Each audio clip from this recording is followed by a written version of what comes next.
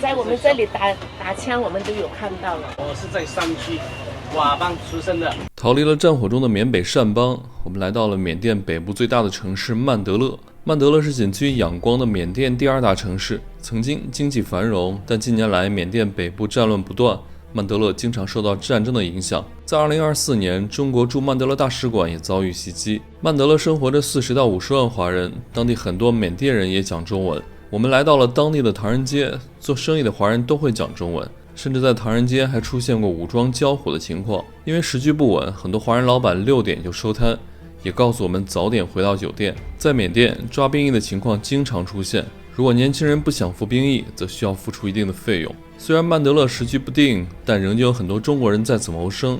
缅甸北部盛产玉石，曼德勒便成为了缅甸最大的玉石交易中心。在当地玉石市场内，很多中国人甚至在直播卖货。在曼德勒，我们遇到了很多的故事，我们看到了无数靠捡垃圾为生的穷人，也看到了千人僧饭这样壮观的场景，还有缅甸的地标之一乌本桥。接下来的几期视频，我们将会带着大家实地探访缅甸第二大城市曼德勒。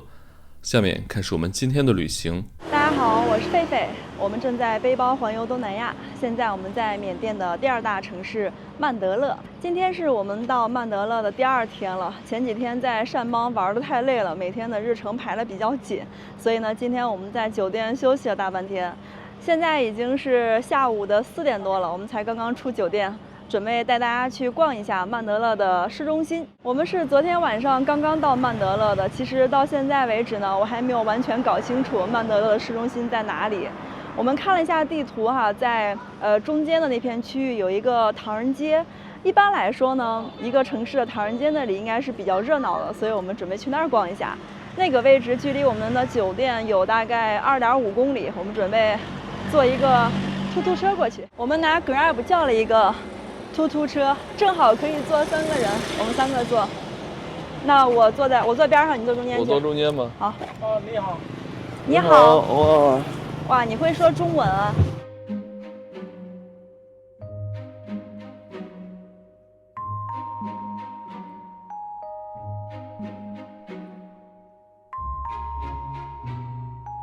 这边中间有隔离墙，全隔离起来了。哇，那个里面好像是管理区，不知道这是哪儿？这是该不会大使馆？中国大使馆啊？对。哇，厉害了！我看到红灯笼和中国国旗了。对，都隔离起来了。哇，还有中文的对联，怪不得呢。这里边都那个保护特别好啊。是的。应该是不只是中国，那个各个国家大使馆都在这个区域。使馆区。对，使馆区这是。谢谢老板。谢谢老板。他中文好呀。同志们，我错了，我搞了一个大乌龙。我刚才打车的时候把位置给订错了，因为我知道那个唐人街呢有一家肯德基，所以我就订的肯德基，结果订成了另外一家肯德基。原来这个曼德勒市区内不止一家肯德基。不过我们现在到这个位置也非常的繁华哈，这是一家应该是个商场，叫做 Ocean Super Center， 然后隔壁就是一个肯德基。刚刚我们过来的那一片小别墅区就是那个大使馆的区域，这边呢还有一个国家体育场，看着也挺高端的哈。我们先去体育场逛逛吧，一会儿我们再去逛一下曼德勒的商场。虽然我们走错路了，没有去到这个地理位置上的市中心，就是老的唐人街那一片哈，但是我们现在来到的这一块呢，它可以说是一个类似于高新区或者开发区这样的地方，这块特别的新，然后也很繁华，所以我们在这儿先逛逛吧。我看了一眼地图哈，我们现在所在的这个位置是曼德勒的体育馆，应该就是那个。涛哥，你看你能拍到那个不？就是那个建筑，有点像一个密封起来的鸟巢那样一个椭圆形的。对，像是。那个地方就是体育场，然后这里的这片绿地，它竟然是一个高尔夫球场。哦，这是一个高尔夫的练习场，好多人在玩啊。体育场的外围有好多卖吃的，我们看一下都有啥。哇，这家是这个寿司啊，看着不错。老板那儿写了一盒1500缅币，才3块钱，这盒还挺大的。1、2、3、4、5、6、7、8、9、10块，10块应该是一个长条切出来的。对，看着蛮香。我们再继续去前面看看。这个就是我在仰光吃的那个猪肉小串儿。哦，不但有猪肉，还有那个猪肝儿、内脏什么的。哇塞，麻辣香锅！缅甸人太爱吃这个麻辣香锅了。看，就是用这种特别硕大这个黑色大碗装的。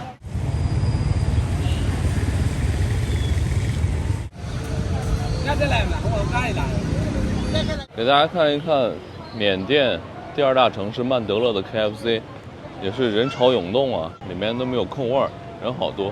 那个商场最近还有安检，老严格了。缅甸还属于内战嘛，所以特别的不安全啊，每个人都要检。我们从商场转了一圈，已经出来了哈。这个商场里面呢是不允许用相机去拍摄的，里边就跟我们日常见的商场差不多，只是它规模会小一些。1层是卖这个珠宝、卖衣服的，然后2层有一个超市，然后有电影院什么的，里面人还是很多的。我现在从商场出来了，可以确信了，这个区域应该就是曼德勒的富人区了，因为里面呢这个消费看了一下，它并不是很低，而且呢里面的顾客真的穿的都非常的时尚。我们现在重新叫了一个突突车，去真正地理意义上的市中心，到那儿去看一下，走吧。缅甸这边这个车啊，二手车啊，全都是日本的，这就是日本的小二手车，双桥车。哇，它还没有双桥，直接就过车厢了，挺好。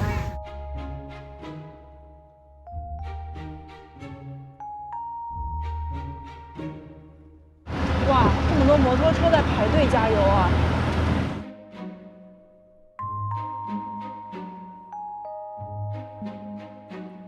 我们现在坐着突突车已经来到了曼德勒市的这个老城的中心了啊，这一片还是很热闹的，只不过呢，现在才是下午的5点多一点儿，这些店全部都关门了。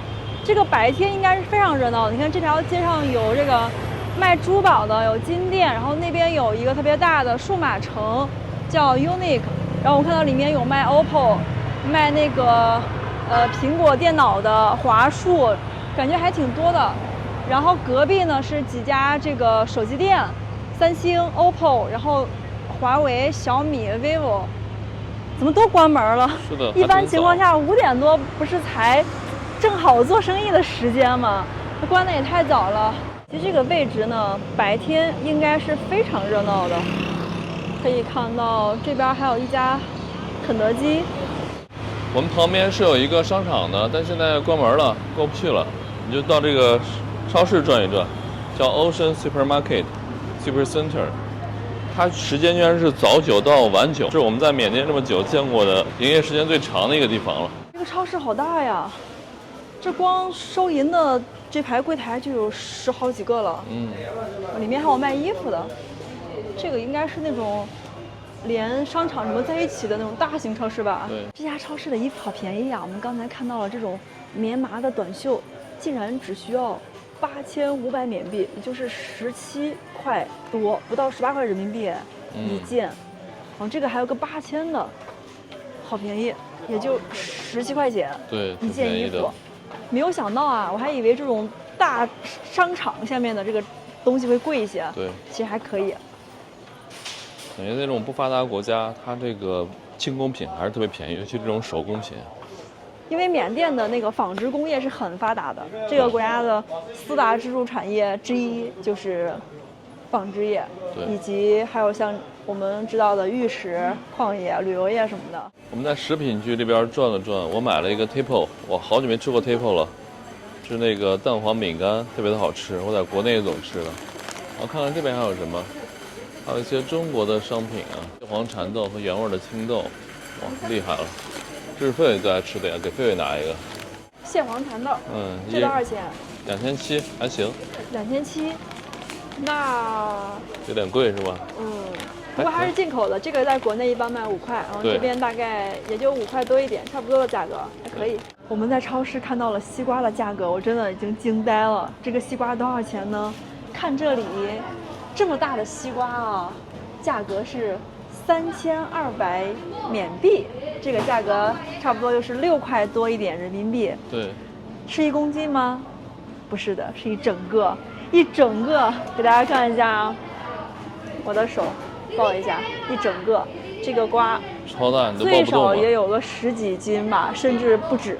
对，天哪，西瓜好便宜，怪不得我们的酒店每天早上那么疯狂的给我们上西瓜，就其他水果放多少，就西瓜是最多的。像这个小点儿的，就是2000就4块。4块钱。 4块钱。然后这个也不贵，这个是那种香瓜，对，这个一个有5块钱。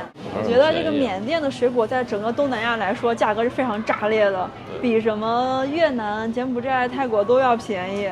我们再看看这边苹果的价格，感觉苹果价格有点贵啊。它这么小，跟我的手比哈，这么小，而且很蔫儿，上面的皮都揪在一起了。价格一个是将近5块钱人民币一个。那这个大一点还好啊，太小了。这儿有大的苹果，这个好像是富士苹果。对，富士。这个苹果我怎么感觉像中国的呢？有点像。跟我们平时吃的好像啊。是。啊，上面有标签，应该还真的是中国的。哇。清甜果蔬。对。这个苹果看下这个大小，一个是7块多人民币一个，大家觉得贵吗？就感觉也就250克吧，半斤的样子。哇，来自家乡的味道，好甜。大家不信，我们问一问。Hello, this 35 one piece。一个3500缅币，一个7块，不是1公斤。略贵了点啊。咦，曼德勒超市的这些蔬菜也不称啊，也是按个卖的。这个是卷心菜。一个2块多人民币，好大呀！看一下这个包菜的这个大小，巨大一个。刚才买了个好东西，2块钱不到。啊，这个在我们南京这个东西叫做老鼠屎，是非常好吃。然后，但是它这个颜色我没看过，它颜色有点鲜艳了。对，我们那边都是那种褐色的。这确定是吃的吗？吃了，来吧。不是毒鼠强吧？来吧。超市上面的商场已经关门歇业了，现在全是鸟在上面住，大家能听到吗？前面那个区域呢，就我们刚过来的几个商场的区域，那块还挺繁华的，有肯德基啊，有大商场、有大超市。但是曼德勒啊，整体就非常的散装。大家看这边哈，一街之隔呢，就是一个比较乱的区域了。这一块儿，这个街道上啊，就各种垃圾纵横啊，还有这种小摊小贩啊。低矮的楼房，乱搭的乱线呀。曼德勒这个路牌跟柬埔寨很像，也是这种数字标的。这边呢是34节，这边是77节。我觉得这个对我们外国人非常的友好，我们去哪儿只需要找一下哪个街和哪个街的交叉口就好了，不用记它的路名了。川哥遇到了几个出租车司机在搭讪。啊哈哈哈。Yeah. How much this one? You guess how much? Very expensive. Not expensive. This is very small. $100. Not too much. Very cheap. Made in China. Yeah, made in Very China. good. Wow. You speak very good English. You are very good. I do So- a little bit. So which state you come from? Which state you come from? I am here. Here, Mandalay. Mandalay. Oh, great. We go to the Chinatown. Chinatown. Oh. Bye bye. Thank you. Nice to meet you. 小心。曼德勒这边的狗好凶，然后这个路口也特别难过。哇，车基本就不会让人的。曼德勒这个狗不像仰光的狗天天那么的佛系，对，躺在路上不动。它这狗老是冲着人和车在叫，对，感觉非常的狂躁。这个狗好暴躁，在路上吵架。哇，缅甸的姑娘都好瘦啊，超哥都眼睛都看直了。我有一颗好奇的心。哎，这个厉害了。腊肠，哦，看一下嘛。说的是中文吗？是中文，看一下嘛。这该不会是华人吧？你好。可以看起来。哦。房子非常好看。你是华人吗？对呀。哇，你们祖籍是哪里的？我们是从那个龙陵那边下来的。哪里？龙陵。龙陵。那个在哪里？云南吗？就是云南啊，有点上去。哦，是不是木姐那儿？是。我们来缅甸很久了。我爸爸就在那边。啊。长得像弯弯的。这个是缅甸的口味哈。啊。云南口味嘛。云南口味。喜欢吃可以买。啊，我们还以为这是鸭，像那个鸭脖呢。那个已经包装好了，这个缅币12000一包，缅币12000。这个多少钱？这个是要称的，1斤、2斤、3斤，你要多少？一斤多少钱？这个1斤手当着，1斤碎的11500，一斤11500。哦，一斤等于是20多，对23人民币大概。在缅甸曼德勒唐人街，我们遇到了很多华人，他们在唐人街做生意，很多货源都是来自中国。这里也有很多云南的特色小吃。最近因为缅甸战乱，以前1天就可以从中国到缅甸的货物，现在则需要2个月。在战时，很多华人会被抓去服兵役，如果不去，则需要缴纳100万缅币的罚款。下面我们一起走进缅甸唐人街，了解当地人的生活。我们往前就要到唐人街那边了，然后路过这边很多当地人卖菜的，各种各样的新鲜的蔬菜啊，萝卜、番茄，跟我们在超市见的一样，还有豆子。但这边的草莓是按这种小杯卖的，这样的草莓还挺贵的。东芝的草莓会便宜一些，因为东芝那边产草莓嘛。我们现在往前面走，前面那个十字路口呢，就到唐人街这边的十字路口了。能看到晚上这个夜市上人慢慢多起来了，整个区域。这家感觉是一个中国超市啊。你看这些商品，这个福临门老陈醋，还有这个酿造白醋，这些都是中国的。味极鲜，还有那个山西陈醋。对，雕牌洗衣液。这个老板大概率是华人。哇，这还有老干妈吗？这是。哇塞，老干妈呀，还有云南的这个金大炮小米辣。对。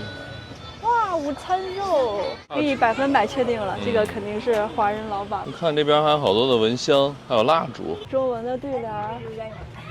老板，你们是哪里人？我们祖籍是祖籍是云南。云南人。我刚从门口就看到好多那个中国陈醋什么的。对，这一条街都是华人。都是华人。这条街就是那个唐人街了。唐人街，对。这条街大概有多长？有几十户吧，哈，大概。对，有10多户这样。那个曼德勒的华人是不是主要就在这一块儿？对，这一块也有，新城那边也多。新城是不是就是那个叫 Ocean Super Center 那儿？对，那边也多，又是这边好像什么新世纪学校啊、昌华学校那边华人也多。都是中文学校。中文学校很多这里。哇。对。老板，那曼德勒大概有多少万华人啊？对，这我也不清楚。反正我觉得挺多的。挺多的。对。挺多的。老板，这里有没有哪家比较好吃的这个中餐馆？中餐馆的话，这边都只有那个粉啊、米线啊这样。在这一拐角上很多也是华人。对了，老板，那个蜜汁娜现在可以去吗？现在可以，还是不要去的。我看那个航班是有时候有，有时候没有。对呀。就它是不太安全。现在冬至这一边也是不安全。对，我们泰国货都不可以。我们刚从东芝回来，那边就是不太。对，不安全。这里的话，晚上你们还是不要出街。在晚上8、9点的话，都还是回宾馆住好了。就是害怕有人抢劫什么的。抢劫也好，对。我们昨天晚上8点多还在路上走。不要走。行。是7点多我们就关店了。那你们关店了7点就回家。7点多就关。对，好早啊。7点就回家。以前的话是到10点的，现在7点就关了。它现在是没有宵禁对吧？有是没有，但是不安全。好。老板，那你们东西就是从国内直接飞机过来吗？不是飞机，过陆路那个米芝拿这一边，有些过那个瑞丽这一边，木姐这一边。木姐，那边现在陆通吗？都是通，车里太贵了，成本太高了。太高，对。就还是那条路不太安全。不太安全，就算米芝拿这边也是不安全。我的货的话。应该是6号、7号才到的，路上来了2个多月。这样。这批货在路上走了2个多月啊对对，那你们这个成本真的还挺高的。对，成本。老板，那你卖的价格真不贵，那跟国内差不多。来呀，只是现在时局不好，时局好的话，一天就到了。从目前来到这里一天。哦，陆运1天也能到啊？对。哦。现在那个公路的桥，亚洲公路嘛，叫亚洲公路的桥被炸了嘛，来不了。哦。到处都有障势嘛。那我们现在旅游的话，曼德勒再往北边还能去吗？比如说腊树。最好不要去，还是不可以去。那边的人都下来这边玩城。哦。那是最好不要去。那战争要什么时候爆发不知道。那里现在是前线吗？不是前线，就是在兵荒马乱的时候。那我们要是从这儿回仰光的话，那个火车敢坐吗？火车没有，火车没有不是吗？有，就算有火车不要坐，火车是他们在战斗的在。就是说那个火车会路过他们管的那个区域啊？对呀。哦。都有过。最好你坐公车或者是坐那个飞机。好的。不要。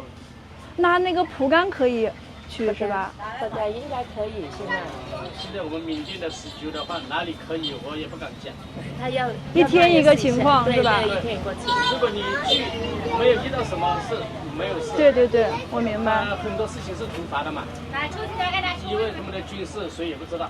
我们前2天去东芝的时候，刚去还好的，然后第2天旁边镇子就不太好了。对，现在也是那现在我们发货也不可以，泰国过来的来不了，泰国的也来不了，我们的也出不去。泰国过来是不是走到大其力那里？对，大其力到岛。那里也不太过不来。现在过不来。又来，一直来，又来到东芝，又从东芝来嘛。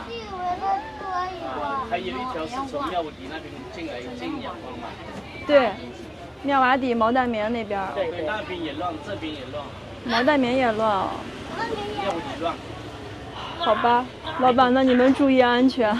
我们没事了，我们已经经过很多风风雨雨了，这些事情对我们来讲，在我们这里打枪，我们都有看到了，就在大街上。在前面，对。我们从小就是这种情况长大的了。老板，你是在这儿出生的吗？对，我们都是缅甸出生的。我是在山区佤邦出生的。佤邦啊？你知道佤邦吗？我知道，佤邦听说都是华人。对，都是华人。佤邦好像用中文了。对，听说佤邦和果敢都用的中文啊。对呀。哦。所以我们会讲中文也是这样。对。啊，没想到这么严重。我们昨晚才到的曼德勒，感觉今天白天转了下，感觉还行，没有什么。白天还可以，晚上对。对，晚上就是像以前的话，如果时局好的时候，我们基本上关店的话9点10点我们才关店的。现在时局不好的话，6点半就到7点半就到家。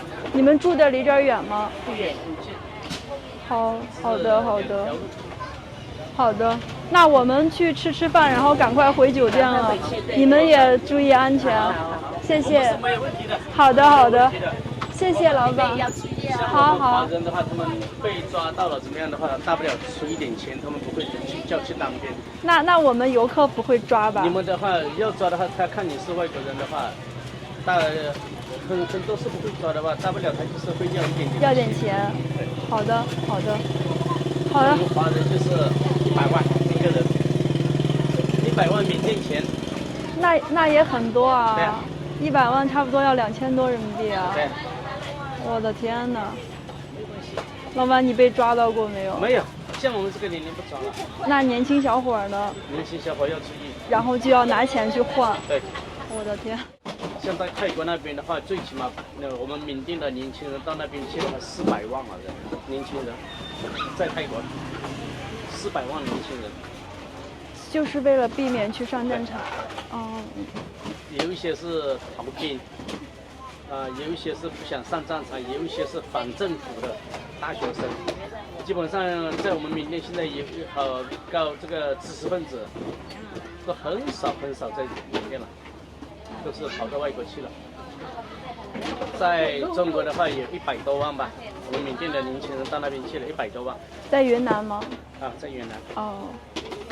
但是在山区的，昨天我看的话，都没有跑出去的，有一些难民啊，这些叫难民，在国内的难民有600多万难民，一个只是那个在泰国边界那边，然后这边都还不算哦。老板，那他们本地人一般干啥工作为生呢？有各种各类的，像以前的话，很多都是上班啊，到外国去打工啊。对。有一些回来，加上的话就是自己有种田、种地啊，打鱼养鱼啦，都有了，什么工作都有，什么每一行都有的。不过我在仰光的时候，我听说这里好像工资比较低。太低了，像这些我们的员工一个月15万一个月。15万。15万。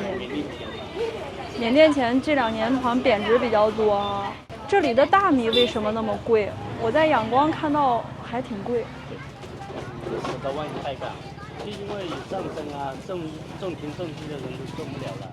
因为他们的山区上的生活和我们这个华人的生活不一样。对。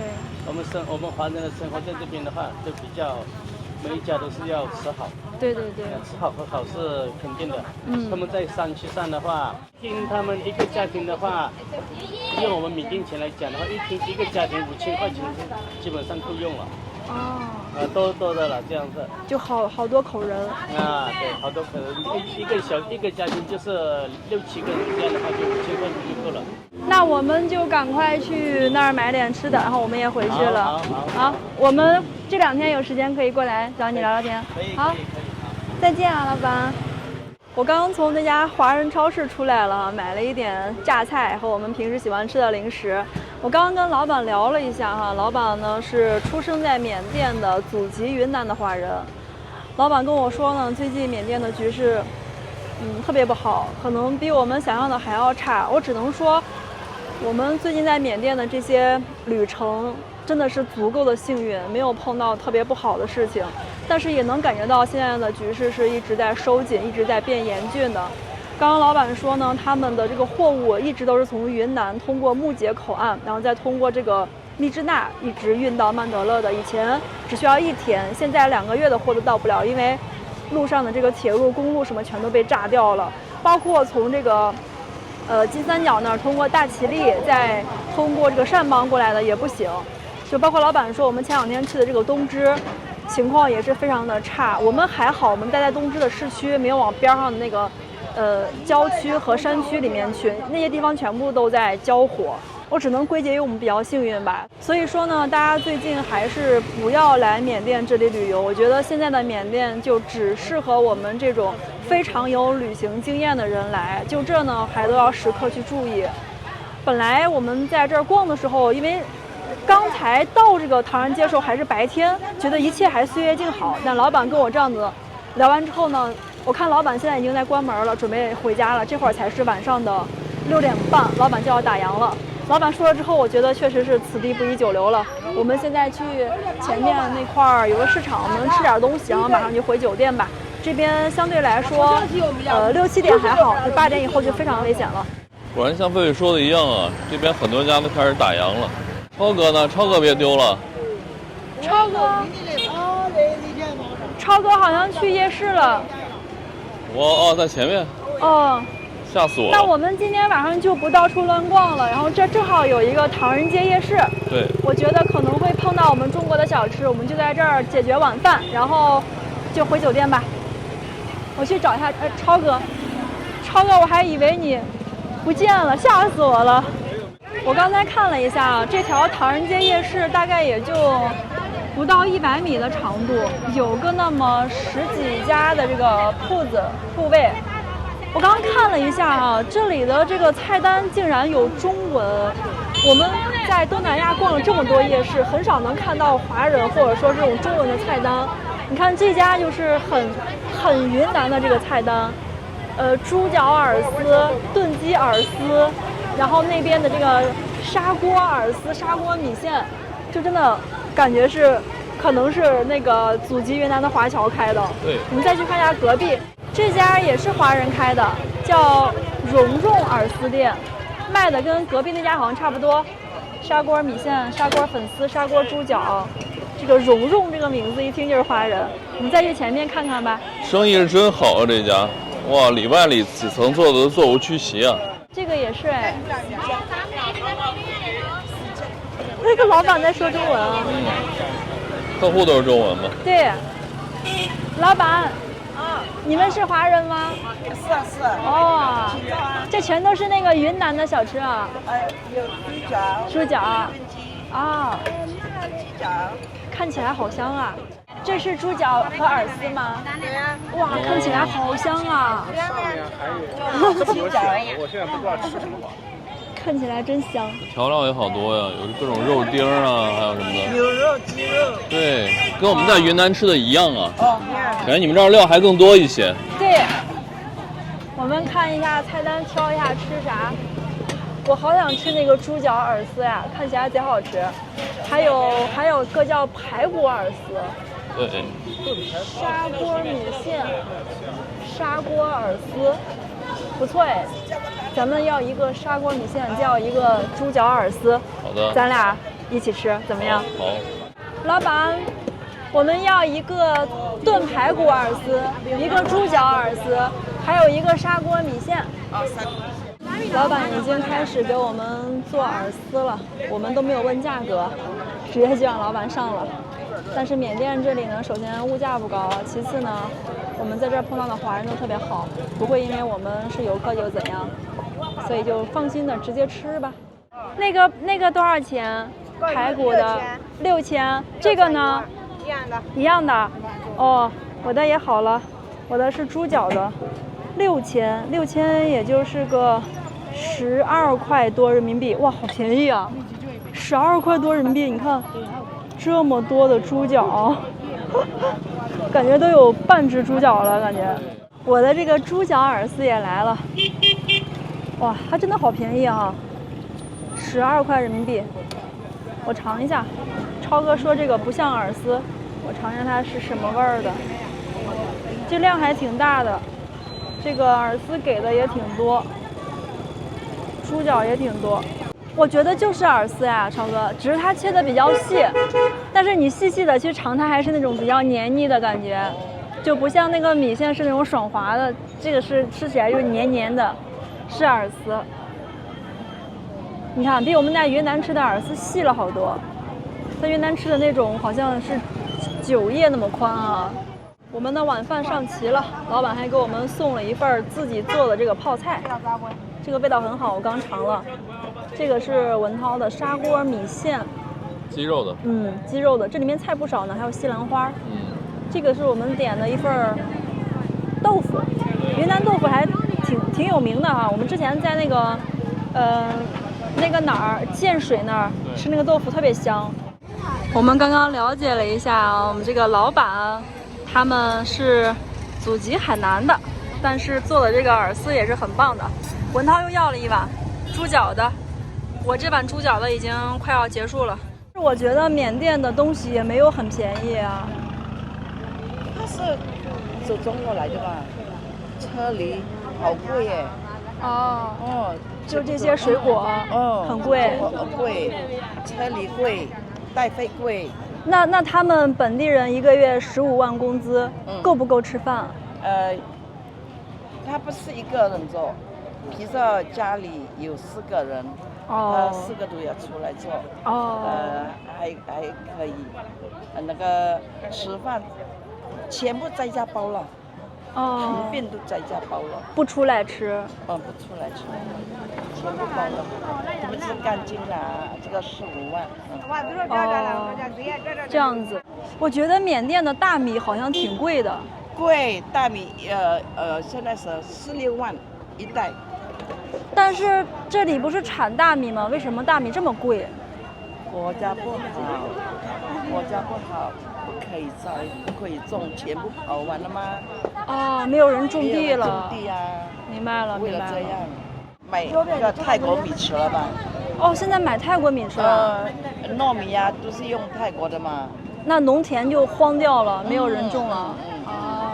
缅甸人他全部跑去泰国住，马来西亚、泰国前后世界有学问的是学问的，没有学问的是没有学问的哦，关闭了。不让缅甸人去泰国了。对。是因为去的太多了吗？马来西亚、新加坡。柬埔寨。哦，还有柬埔寨。他爱近的地方，他们去的太多了。对。那你们现在在这儿做生意和生活安全吗？